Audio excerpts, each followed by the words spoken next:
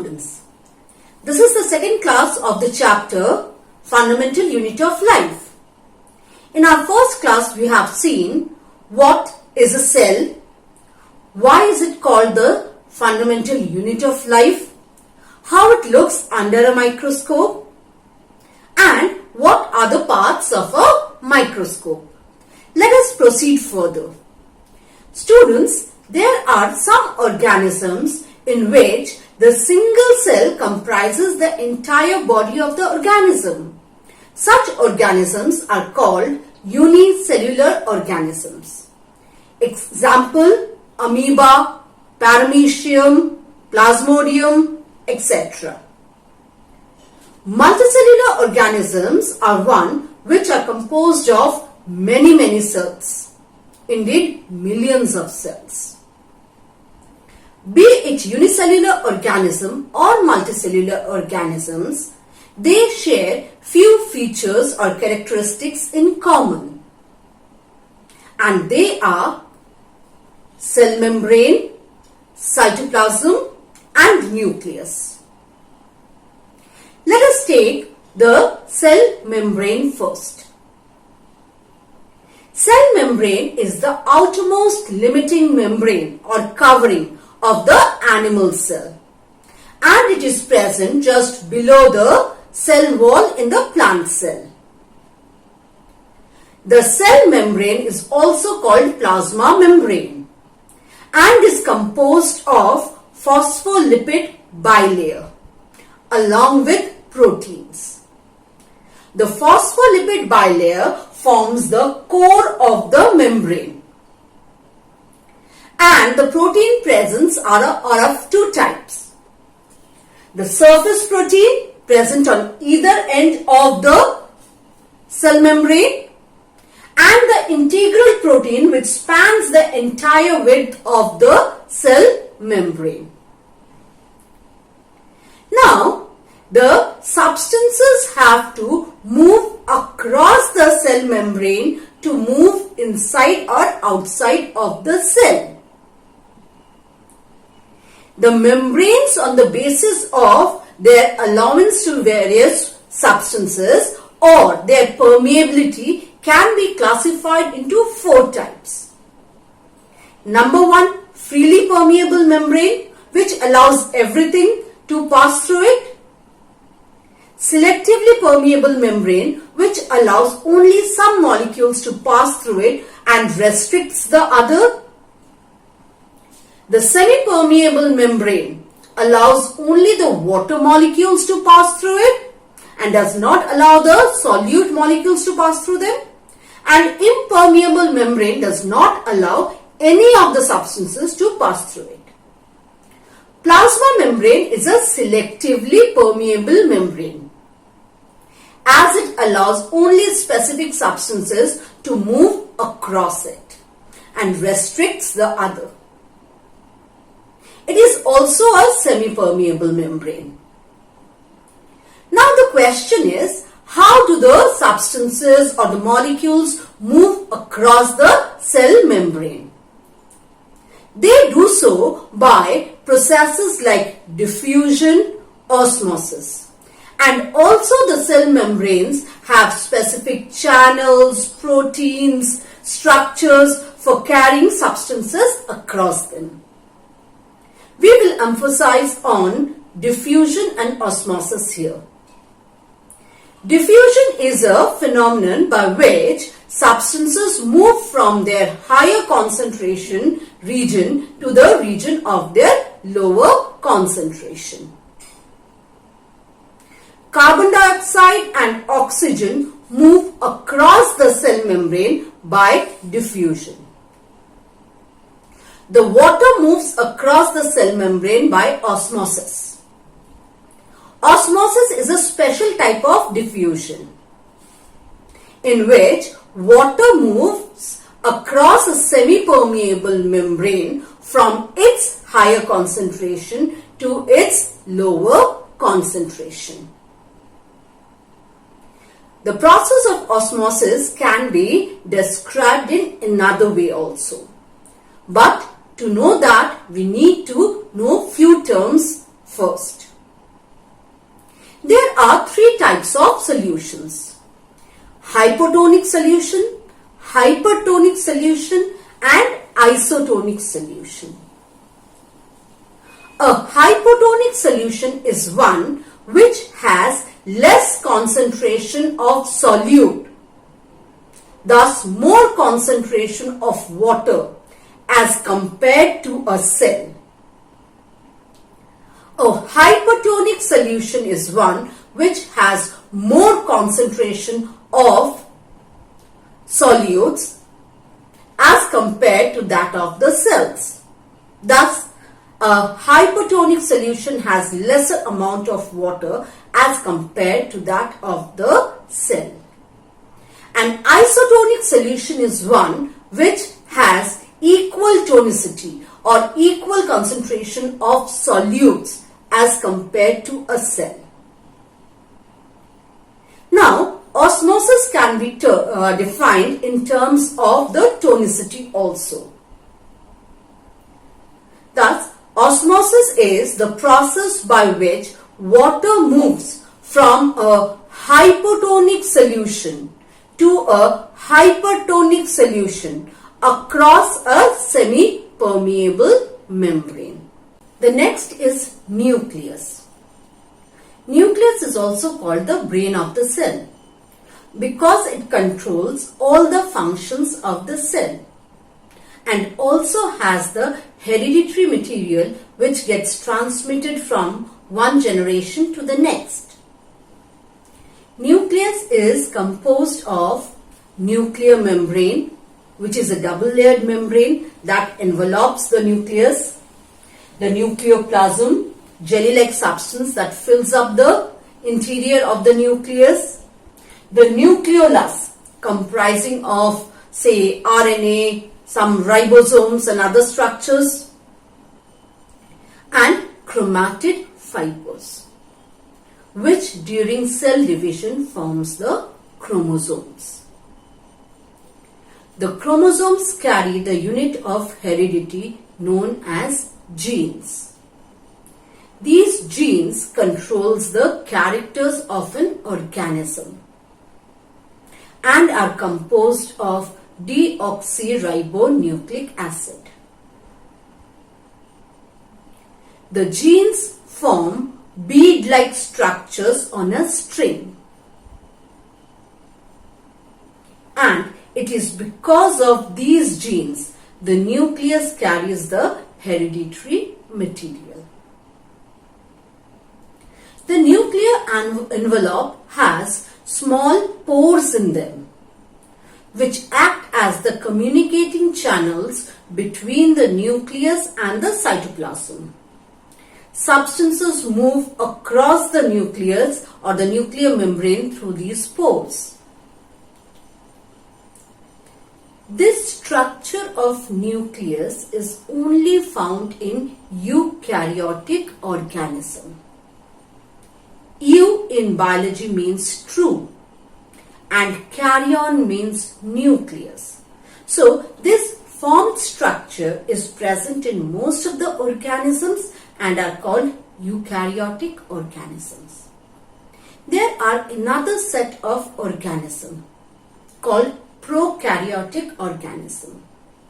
Pro means primitive and karyon means nucleus. These organisms have primitive type of nucleus where the nucleus is not bound by a double membrane envelope, and the genetic material, that is chromosomes, are present as a dense mass in the cytoplasm, and this region is known as nucleoid. Prokaryotic cells are found in prokaryotic organisms like bacteria, cyanobacteria, archaebacteria, mycoplasma. All other organisms have eukaryotic type of nucleus and are known as eukaryotic organisms. The prokaryotic organisms also do not have membrane-bound organelles. In them, The function of the membrane-bound organelles is performed by the invagination of the cell membrane known as mesosomes. But in eukaryotic organisms, well-formed organelles with distinct function are present. The structure of prokaryotic organisms is relatively simpler than that of the eukaryotic organisms. Cytoplasm is the jelly-like substance that is present in between the nucleus and the plasma membrane. It has a living part and a non-living part. The living part of the cytoplasm is known as protoplasm and comprises of cell organelles. The non-living part of the cytoplasm consists of water, solutes, proteins, carbohydrates, fats, etc. We will concentrate on organelles. Organelles are the subcellular structure which are specialized in performing special and specific function. There are many types of organelles present in plant and animal cells. Few are common and few are distinct to the type of cell. What cells are to organs, the cell organelles are to the cells. Let us see them in details. The first organelle that we will see is endoplasmic reticulum. Let us understand or break the word endoplasmic reticulum to understand the structure. Endo means inside. Plasmic here refers to cytoplasm.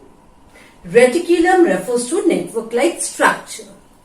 So, endoplasmic reticulum is a network-like structure of microtubules present in the cytoplasm. They are the communicating channels between the nucleus and the exterior of the cell and also forms the cytoskeleton of the cell. These tubular structures are the communicating channels also within the cells and helps in storage, transport of substances from one place to another inside the cell and also from the nucleus to the exterior of the cell and vice versa. The endoplasmic reticulum is of two types: rough endoplasmic reticulum and smooth endoplasmic reticulum. The rough endoplasmic reticulum appears rough under the microscope, and it is due to the presence of ribosomes on the surface of the tubular structures of endoplasmic reticulum. These ribosomes help in the synthesis of proteins, and hence rough endoplasmic reticulum is associated with the synthesis, storage and transport of proteins. The smooth endoplasmic reticulum appears smooth under microscope, and they do not have attached ribosomes on their surface. They are concerned with the synthesis of lipids and cholesterol. Thus, they synthesize, store and transport lipids. Next are Golgi bodies. They were discovered by Camillo Golgi and are named after him. Golgi bodies are concerned with the synthesis, storage and modification of substances inside the cell. They are in various shapes like tubules, spherical or cistern shaped. Golgi bodies is associated with synthesis, storage and modification of substances. The next is mitochondria. Mitochondria is also called the powerhouse of the cell because they produce cellular chemicals called ATP, adenosine triphosphate, which are the energy currency of the cell. That means body stores energy in the form of ATP, and these ATPs are synthesized in the mitochondria. This is the function of mitochondria. Now, mitochondria is a double membrane bound structure. The outer membrane is smooth and the inner membrane is thrown into folds. It encloses a jelly-like matrix which is granular in appearance. The inner folds of the inner membrane, or the folds of the inner membrane, harbors one enzyme known as ATP synthetase. These are these enzymes that can synthesize ATP in mitochondria. Next are plastids. Plastids are specialized structure which are only present in plant cell. They are the chromogenic structures which impart color to the cell.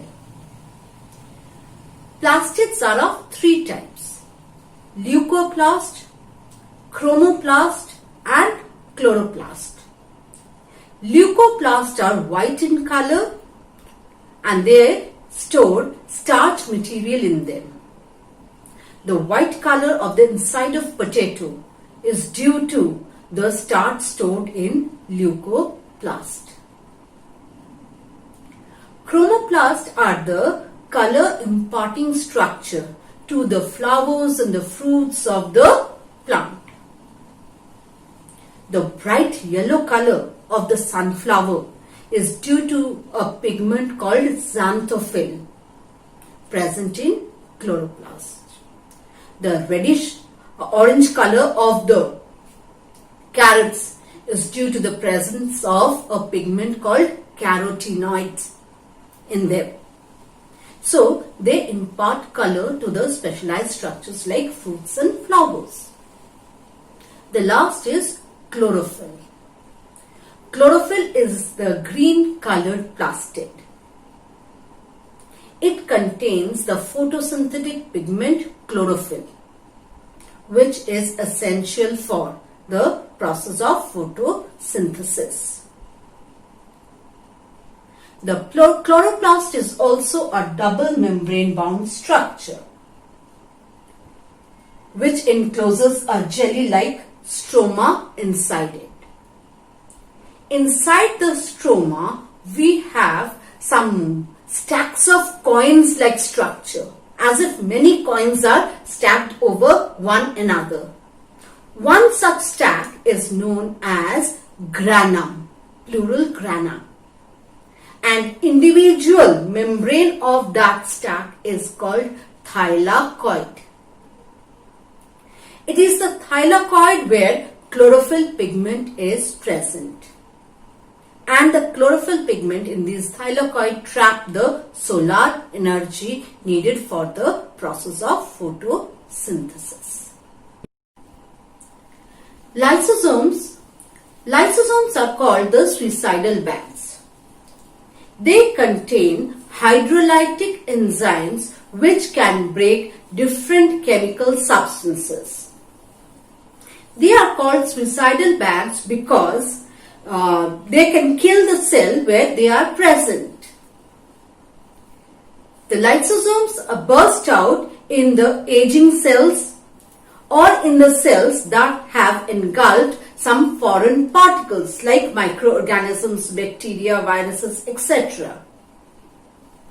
The lysosome bursts out releasing 50 odd enzymes which break down the cell in which they are present and can destroy thereby the foreign substance as well as the old damaged cells.